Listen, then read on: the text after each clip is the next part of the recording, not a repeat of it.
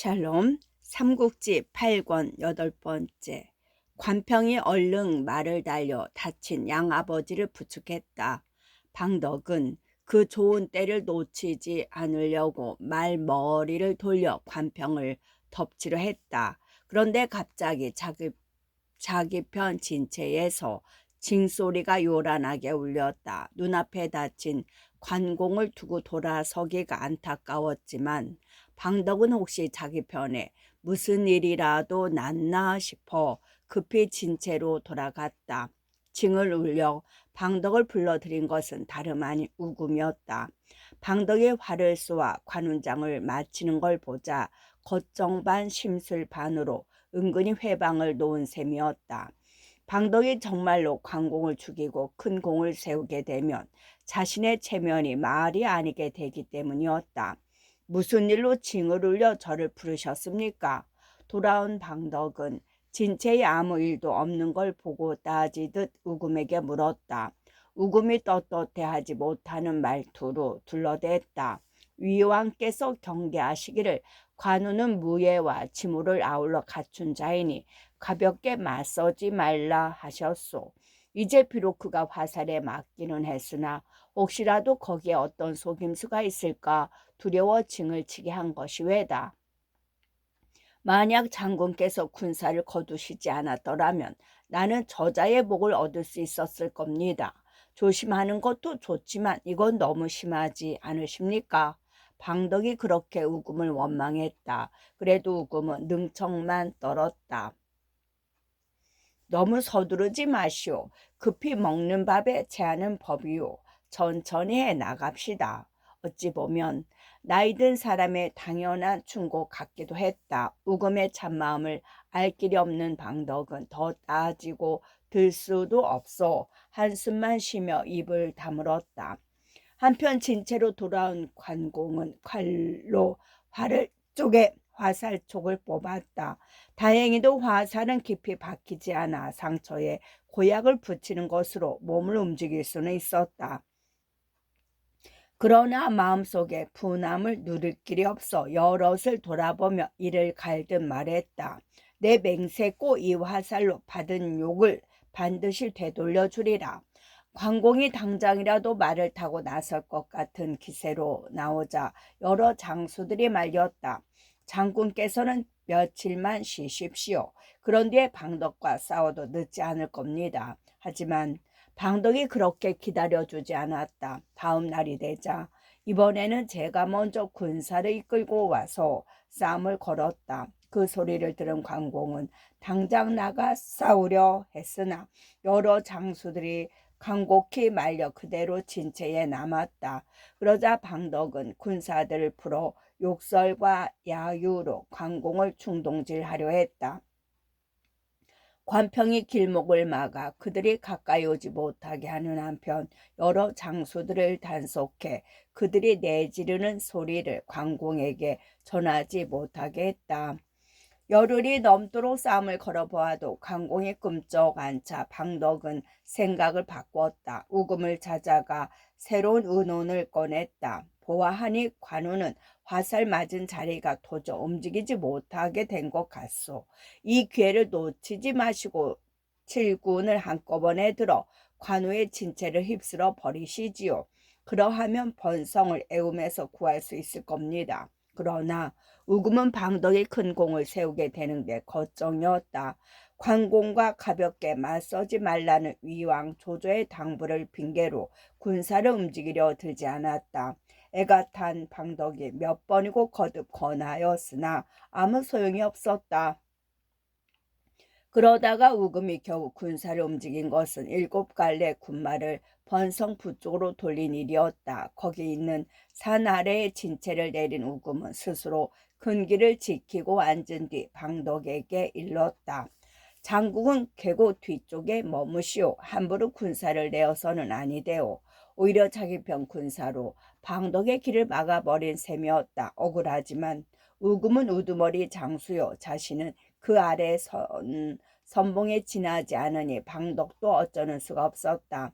한편 관평은 관공의 상처가 더 나지 않고 아무렇 붙자 기쁨을 감추지 못했다.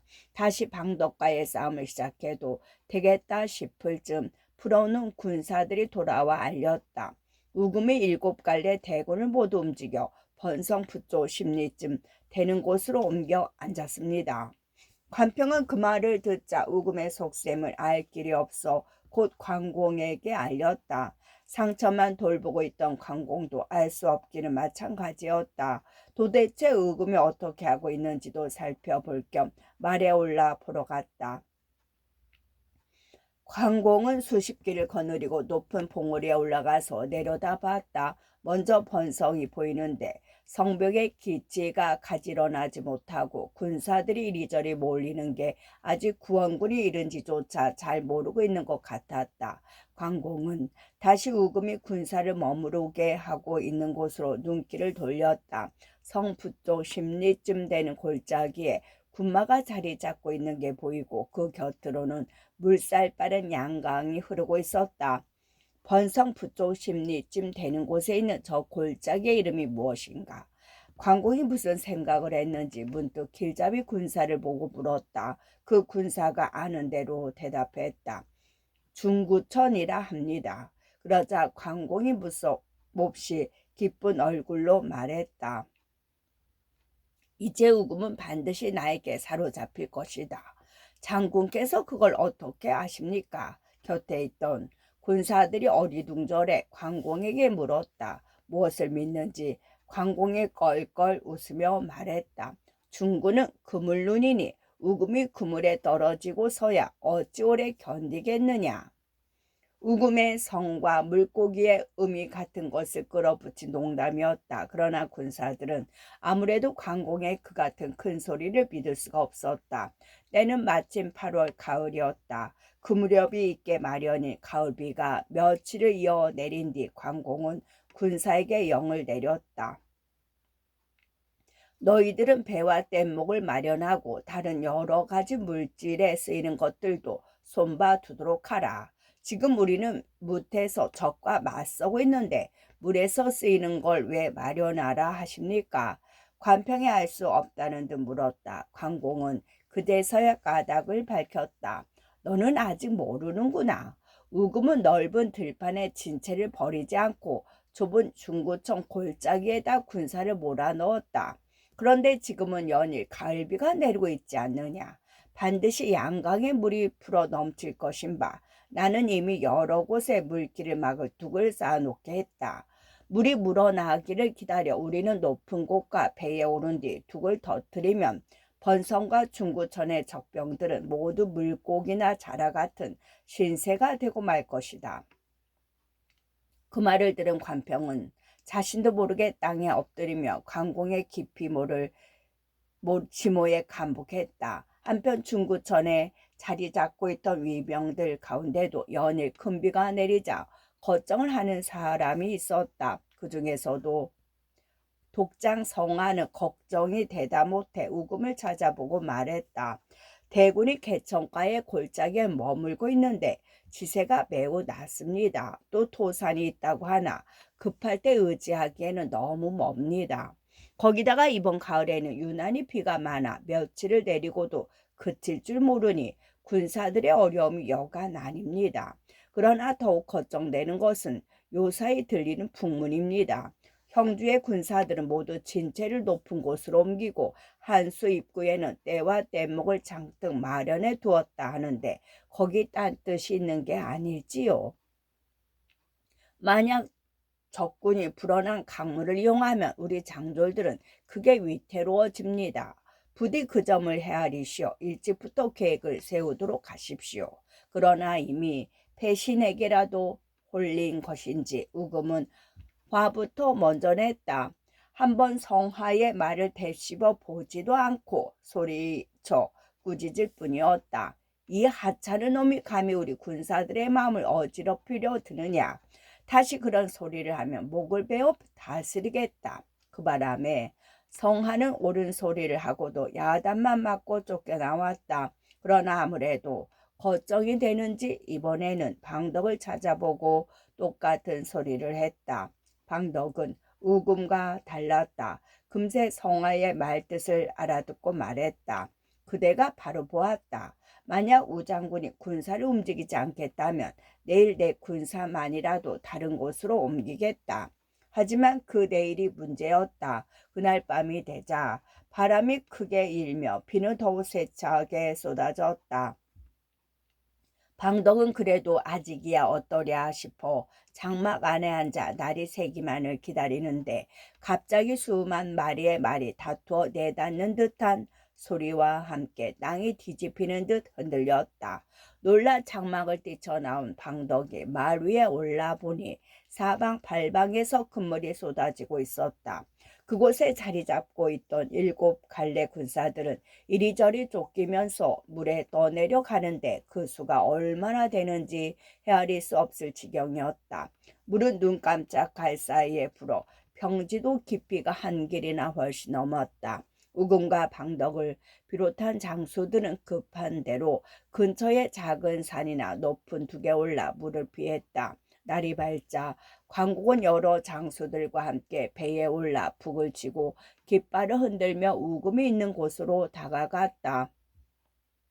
우금은 사방을 둘러보았으나 보이는 것은 붉은 물 바다뿐 길은 어디에도 없었다. 거느리고 있는 군사도 겨우 5, 60명. 달아나려야 달아날 수도 없었고 싸울 수도 없었다. 관장군 살려주시오. 항복하겠소. 마침 우금이 관을을 보고 그렇게 소리쳤다. 숱한 싸움터를 누비며 일생을 쌓아온 장수로서의 명성이 물거품처럼 허망하게 사라지는 순간이었다. 관공은 선선히 우금의 항복을 받아주었다.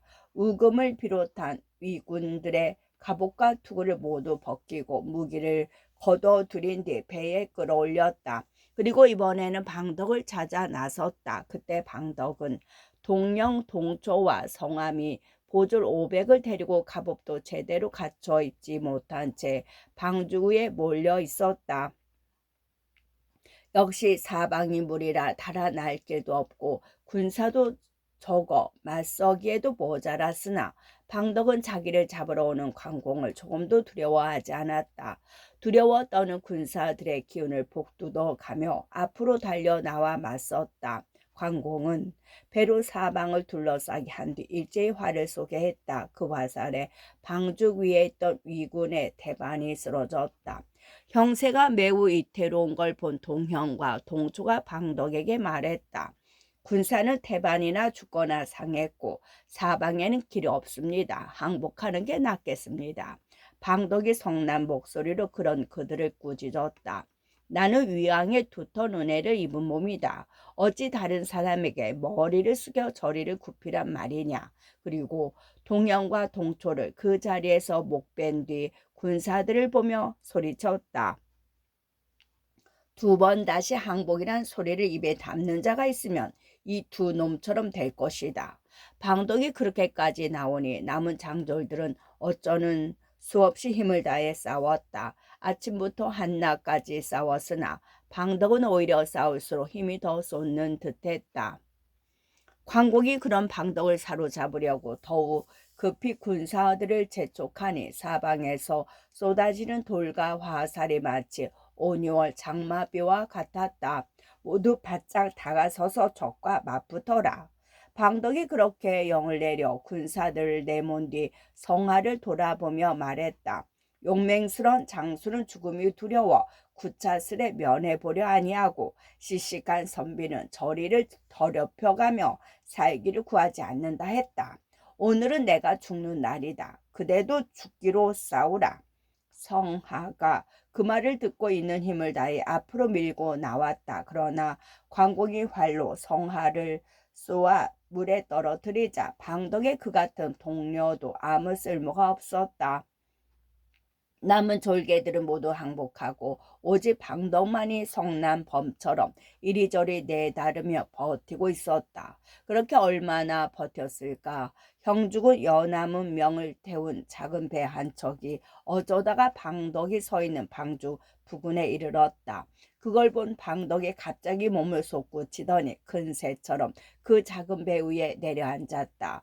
배 위에 있는 군사들이 놀라 덤볐으나 방덕이 눈 깜짝할 새 여남은 명을 패자 나머지는 그대로 물에 뛰어내려 달아나기 바빴다. 배를 뺏은 방덕은 한 손으로 칼을 휘둘러 덤벼드는 형주병을 막고 다른 한 손으로는 짧은 노를 저어 번성으로 달아나려 했다.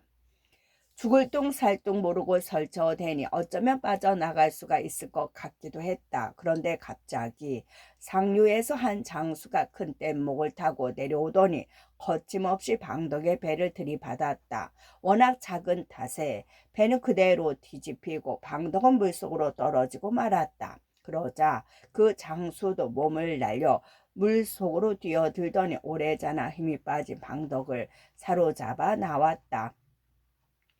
모두가 놀란 눈으로 그 장수를 보니 그는 다름 아닌 주창이었다. 주창은 원래도 물질에 익숙했던 사람인데다 다시 형제에 몇 년 있는 동안에 더욱 솜씨를 익혀 물속에서는 그를 따를 사람이 없었다. 거기다가 힘까지 남다르고 보니 땅 위에서는 아무리 날고기는 방덕이라도 그를 당해내지 못했다. 그리하여 우금이 이끌고 온 7갈래의 대군은 모조리 물에 빠져 죽거나 사로잡히고 덜어남은 사람도 달아날 길이 없어 모두 항복하고 말았다. 조조에게로 늙은 군사 한 사람도 되돌아갈 수 없게 되어버린 것이었다. 뒷사람이 시를 지어 그처럼 크게 이긴 관공을 노래했다. 한밤중 북소리 하늘을 울리더니 양양 번성 병지는 깊은 못되었네. 관공의 귀신 같은 헤아림 누가 따르리. 드높은 그 이름 만고에 전하네. 양강에 물을 끌어 조조가 보낸 대군을 쓸어버린 관공은 곧 높은 언덕에 장막을 치고 앉아 사로잡힌 적장들을 보았다. 먼저 끌려온 것은 우금이었다. 우금은 정남 장군의 체면도 돌보지 않고 땅에 엎드려 절하며 빌었다. 관공, 지난날의 정리로 보아서라도 한 번만 살려주시오. 관공이 그런 우금을 노려보며 물었다. 이럴 것을 어찌 감히 나와 맞서려고 했는가. 위에서 명을 내려 이 몸을 뽑아 보내니 아니올 수 없었소이다. 바라건대 군우께서는 이 우금을 가엾게 여겨 주시오. 한 번만 살려주신다면 그 목숨을 바쳐서라도 은혜에 보답하겠소. 우금이 거듭 애걸했다.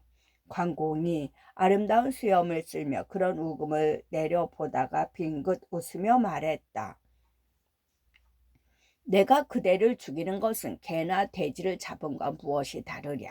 쓸데없이 칼과 도끼만 더럽히는 짓이다. 그러고는 곁에 선 무사들에게 영을 내렸다. 우금을 묶어 형주로 보내라. 그를 오게 가두고 내가 돌아가 달리 구처할 때까지 기다리게 하라. 우금이 끌려나가자 관공은 다시 방덕을 데려오게 했다. 방덕은 끌려나와서도 두 눈을 부릅뜨고 관공을 노려보며 무릎조차 꿇으려 하지 않았다. 관공은 그런 방덕에게 오히려 마음이 끌려 목소리를 부드럽게 하고 물었다. 너의 형은 지금 한중에 있고 네 옛 주인 마초도 촉에서 대장이 되어 있다. 그런데 너는 어찌하여 일찍 항복하지 않았느냐? 방덕을 성난 목소리로 외쳤다. 내가 비록 칼날 아래 죽더라도 너 따위에게 어찌 항복하겠느냐. 그리고 관공이 더 달래볼 틈도 없이 꾸짖고 욕하기를 마지 않았다. 이미 죽기로 굳게 작정한 사람 같았다. 어떻게 방덕을 달래보려던 관공도 마침내 노기가 치밀었다.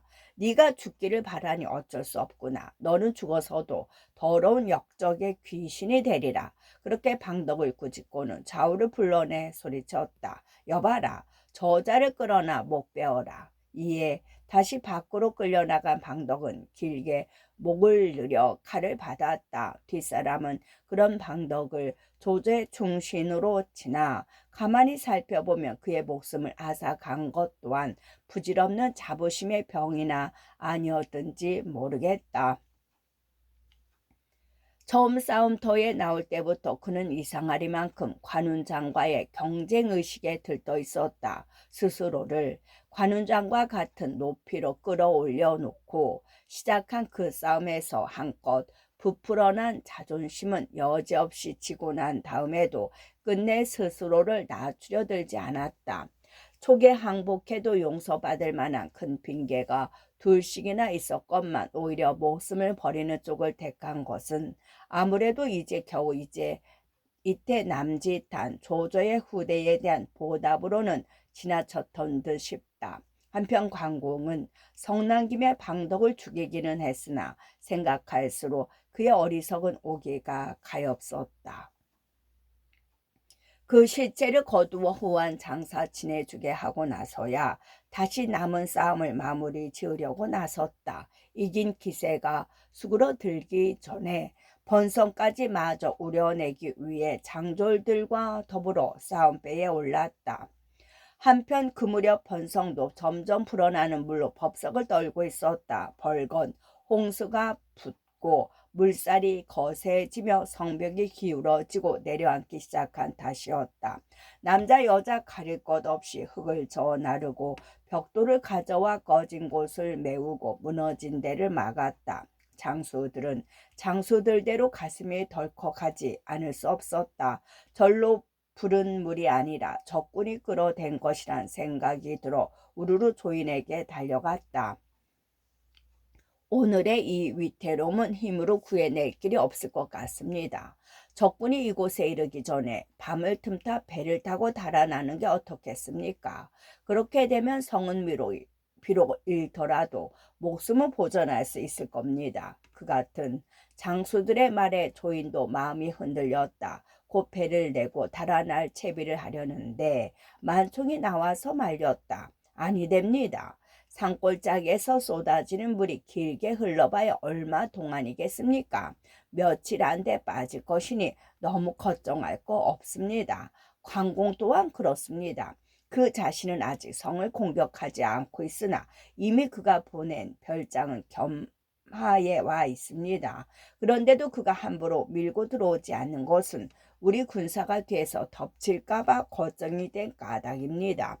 구원군을 믿고 이곳을 끝까지 지켜야 합니다. 만약 이번에 이 성을 버리고 달아나면 황하 남쪽의 땅은 이제 다시는 나라의 것이 안 될 겁니다. 바라건대 장군께서는 굳게 이 성을 지키셔 보존하도록 하십시오.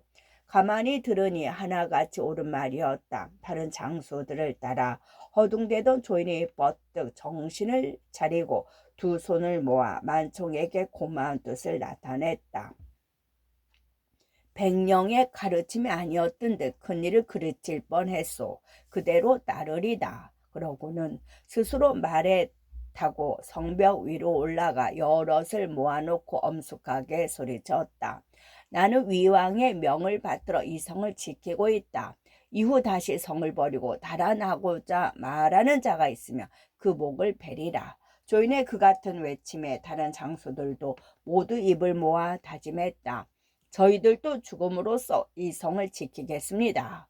그러자 조인은 크게 힘을 얻어 성벽 위에 활과 쇠뇌 수백 벌을 걸어놓고 군사를 풀어 밤낮으로 지키게 하는데 조금도 게으름을 피거나 마음에 부러지는 일이 없도록 했다. 그 성한 사람들은 늙고 젊고를 가리지 않고 흙을 저어 날라 무너진 성벽을 채우니 성은 꼭 전처럼 든든해졌다. 과연 보름도 안 돼 성을 위협했던 물의 기세도 줄어들기 시작했다. 한편 관공은 위의 장수 우금을 사로잡고 방덕을 못 뱀으로써 위세가 전지를 뒤흔든 듯했다. 그 소문을 전해 듣고 놀라지 않는 사람이 없을 지경이었다. 그런데 문득 둘째 아들 관흥이 아버지를 보러 왔다. 관공이 관흥에게 말했다. 이번 싸움에서 이긴 것이 모두 아비의 공이라 믿어서는 아니 된다. 모든 벼슬아치와 장수들이 저마다 힘을 다해 이룬 공인 바 마땅히 거기 따르는 상이 있어야 할 것이다. 이제 각자의 공을 적은 그릇 줄 터이니 너는 성도로 가서 큰 아버님이신 한중왕을 뵙고 전하거라. 이에 관웅은 관공에게 절하고 물러난 뒤 지름길로 성도를 향해 달려갔다. 아들을 보낸 관공은 군사를 둘로 나누어 하나는 똑바로 겸하로 나가게 하고 다른 하나는 스스로 이끌고 번성을 에워쌌다. 북문 쪽으로 달아간 관공이 말 위에서 채찍을 들어 성벽 위를 가리키며 큰 소리로 꾸짖었다. 너희 쥐 같은 무리가 어찌 얼른 항복하지 않고 무얼 기다리고 있느냐. 이때 조이는 마침 가까운 성루에 있었다. 관공이 가슴을 가리는 갑옷만 걸치고 있는 걸 보고 미리 세워두었던 500의 국노수에게 가만히 영을 내렸다. 모두 한꺼번에 관우를 쏘아라. 그러자 갑자기 수많은 활과 쇠뇌가 성벽 위로 모습을 드러냈다. 그걸 본 관공이 놀라 말머리를 돌리려는데 어느새 화살 한 대가 날아와 오른팔에 꽂혔다. 관공이 견디지 못하고 몸을 뒤집으며 말에서 떨어졌다. 조이는 관공이 화살에 맞아 말에서 떨어지는 걸 보고 힘을 얻어 군사를 몰고 성을 나왔다. 관평이 그런 조인을 두들겨 쫓고 얼른 관공을 구해 진채로 돌아갔다. 관평은 곧 의자를 불러 관공의 팔에 꽂힌 화살촉을 뺐으나 화살촉에 발라져 있던 독은 이미 뼛속까지 스며든 뒤였다. 상처를 치료해도 관공은 오른팔을 움직일 수가 없었다. 걱정이 된 관평이 여러 장수들을 불러 모아놓고 의논했다. 아버님께서 저렇게 오른팔을 다치셨으니 어떻게 나가 싸우실 수 있겠소? 잠시 형주로 돌아가 몸을 돌보게 하시는 게 좋겠소. 다른 장수들이라 해서 뾰족한 수가 있을 리 없었다. 모두 관평의 말에 따르기로 하고 관공의 장막으로 찾아갔다. 그대들은 무슨 일로 왔는가? 여러 장수들이 한꺼번에 자신의 장막으로 찾아오자 관공이 물었다. 장수들이 입을 모아 대답했다. 저희들이 온 것은 군우께서 오른팔을 상하신 일 때문입니다. 노기를 누르시지 못하고 적을 맞아 싸우시다가 다친 곳이 더 나빠질까 두렵습니다. 저희들 생각으로는 잠시 형주로 군사를 돌리시어 상처를 다스리는 게 옳을 듯 싶습니다. 그러자 관공이 벌컥 성을 내며 소리쳤다. 내가 번성을 뺏는 날이 눈앞에 다가와 있다. 번성을 뺏은 뒤에는 군사를 휘몰아 허도를 들이쳐 역적 조조를 없애고 한시를 편하게 할 작정이다.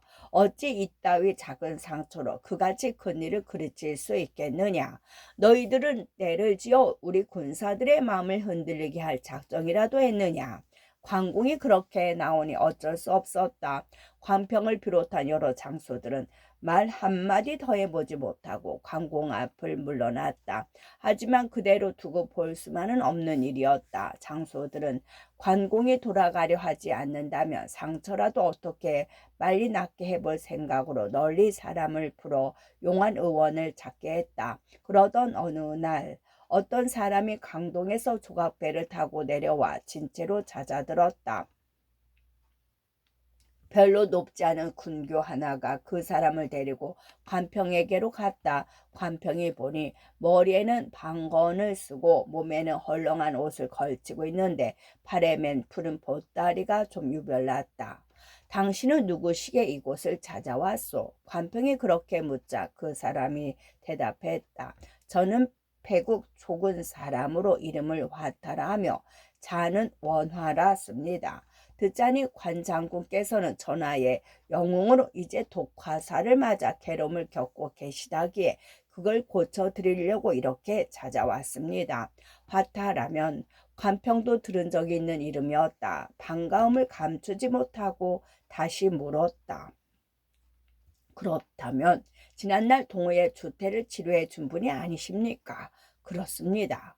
화타가 그렇게 대답하자 관평은 그의 손을 잡아 끌듯 하며 관우에게로 데려갔다. 관공은 장막 안에서 마량과 바둑을 두고 있었다. 팔이 몹시 아팠으나 겉으로 드러냈다가는 군사들의 마음이 흔들릴까 보아 그렇게 아픔을 달래고 있는 중이었다.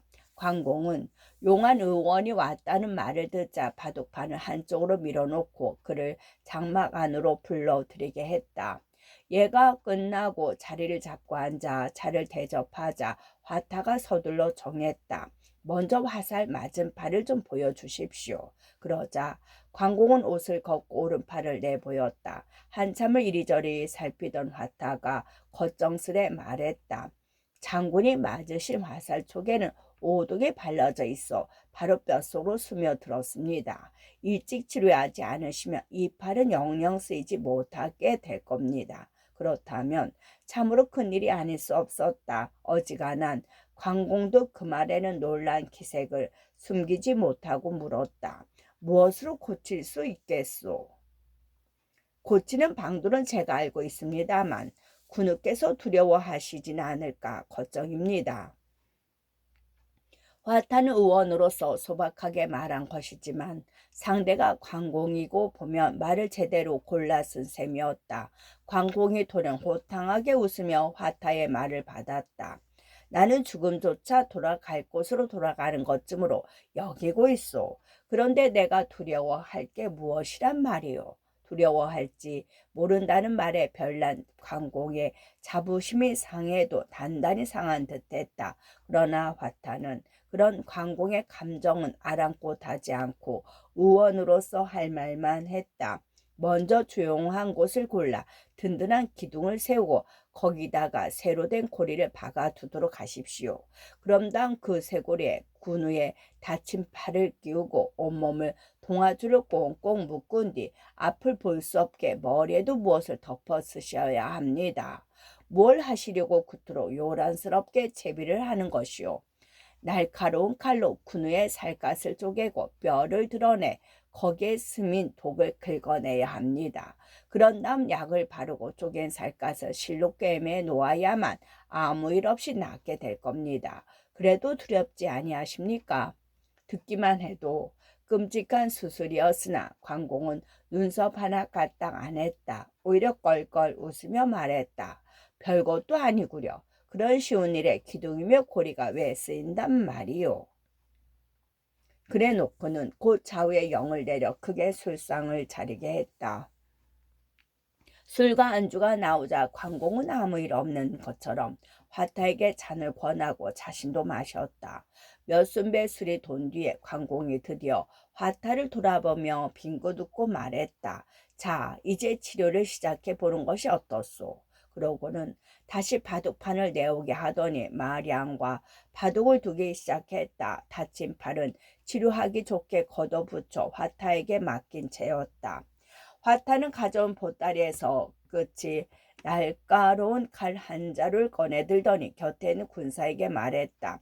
가서 큰 대접 하나를 가져오시오. 피를 받아야겠소.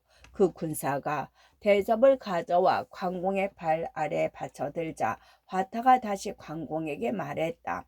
이제 제가 손을 대겠습니다. 군우께서는 놀라지 마십시오. 관공이 태어난 얼굴로 그 말을 받았다. 내가 어찌 세상에 저 속된 것들처럼 아픈 걸 두려워하겠소. 그대에게 맡길 테니 좋을 대로 치료해 보시오. 이에 화타는 칼로 살갗을 쪼개고 팔을 갈라 뼈가 드러나게 했다. 화살 쪽에 바른 독이 스며 뼈는 이미 시퍼랬다. 화타는 칼날로 뼈를 긁어냈다. 조용한 방 안에 뼈를 긁어내는 소름 끼치는 소리만 가득했다. 장막 안팎에서 보고 있던 사람들은 모두 낯빛이 헬쑥해져 두 손으로 눈을 가렸다. 그런데 실로 놀라운 것은 살이 갈리고 뼈가 긁히는 당사자인 관공이었다. 관공은 한 팔을 화타에게 맡겨둔 채 술을 마시고 고기를 씹으며 바둑을 두는데 조금도 아픔을 느끼는 것 같지 않았다. 하늘 높은 줄 모르는 자부심에 걸맞는 극기였다. 아니면 자부심이 가지는 무서운 힘이랄까. 살을 가르고 뼈를 깎는 아픔을 관공은 눈살 한 번 찌푸리지 않고 이겨냈다. 오래잖아 군사가 받쳐준 대접은 관공의 발에서 흐른 피로 가득 찼고 화타는 뼈에 스며든 독을 말끔히 긁어냈다. 거기에 약을 바른 화타는 살을 원래대로 여미고 실로 꿰맸다. 치료가 끝난 걸 본 관공이 껄껄 웃으며 팔을 휘저어 보더니 여러 장수들에게 말했다. 이 팔이 이토록 아픈 대로 폈다 굽혔다 할 수 있을 뿐더러 아프지조차 않구나. 여기 계신 선생님이야말로 정년신이라 할 만하다. 화타가 감탄에 맞이하는 눈길로 관공을 우러르며 그 말을 받았다. 제가 일생 동안 사람을 치료했으나 이번 같은 일은 처음입니다. 군우께서야말로 진정 전신 같은 분이십니다. 그러자 관공은 다시 크게 잔치를 열어 자기 팔을 낫게 해준 화타를 대접했다. 몇 순배 술잔이 돈 뒤에 관공이 다시 한번 고마워하는 뜻을 나타냈다. 실로 잃었던 팔을 되찾은 듯하오. 선생께 어떻게 보답해야 될지 모르겠구려. 그러자 화타가 아직 기뻐하기에는 이름을 깨우쳐 주듯 말했다.